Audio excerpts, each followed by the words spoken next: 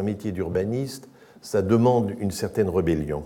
On ne peut pas faire du copier-coller, il faut complètement réfléchir. Pourquoi? Parce qu'on accompagne comme un technocrate une société qui évolue. Et la société, où on la suit, et ce n'est pas très intéressant, on essaie de précéder les décisions. Il est vrai que cette histoire du Grand Paris, on l'a élaborée il y a plus de 25 ans. Et on avait réussi à convaincre François Mitterrand sur cette chose.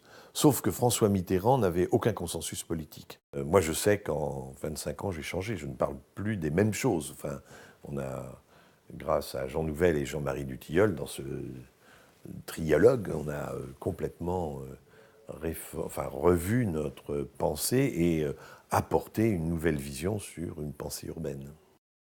On a déterminé ce qu'étaient les lisières de Paris, et on a dit on arrête Paris, et non seulement on arrête, mais à partir de là, à partir de ces lisières, on va construire des fonds de terre, il y a bien des fonds de mer. 9 cabinets sur 10 ont dit que la ville devait se faire sur la ville. Donc il fallait arrêter. En ce qui nous concerne, nous on a dit il faut faire des fonds de terre, il faut aménager les lisières pour terminer la ville, et surtout pour protéger les zones agricoles périurbaines, qui sont les greniers, les vrais greniers, qui sont les lieux de la terre pour nourrir les villes. Si on n'a pas l'esprit de Fulgence Bienvenue sur le Grand Paris, si on n'a pas cette révolution culturelle dans la tête, on ne s'en sortira pas. Fulgence Bienvenue était l'ingénieur qui a imaginé le métro. Il l'a imaginé tout de suite en réseau, tel que nous le connaissons à Paris.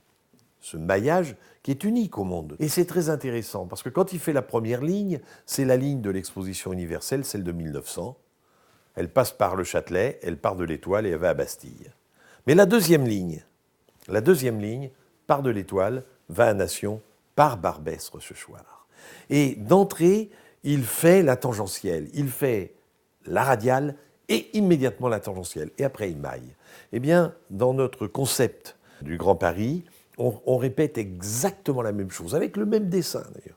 On fait une tangentielle, ou des tangentielles, en cohérence et maillées avec les radiales qui vont vers le centre.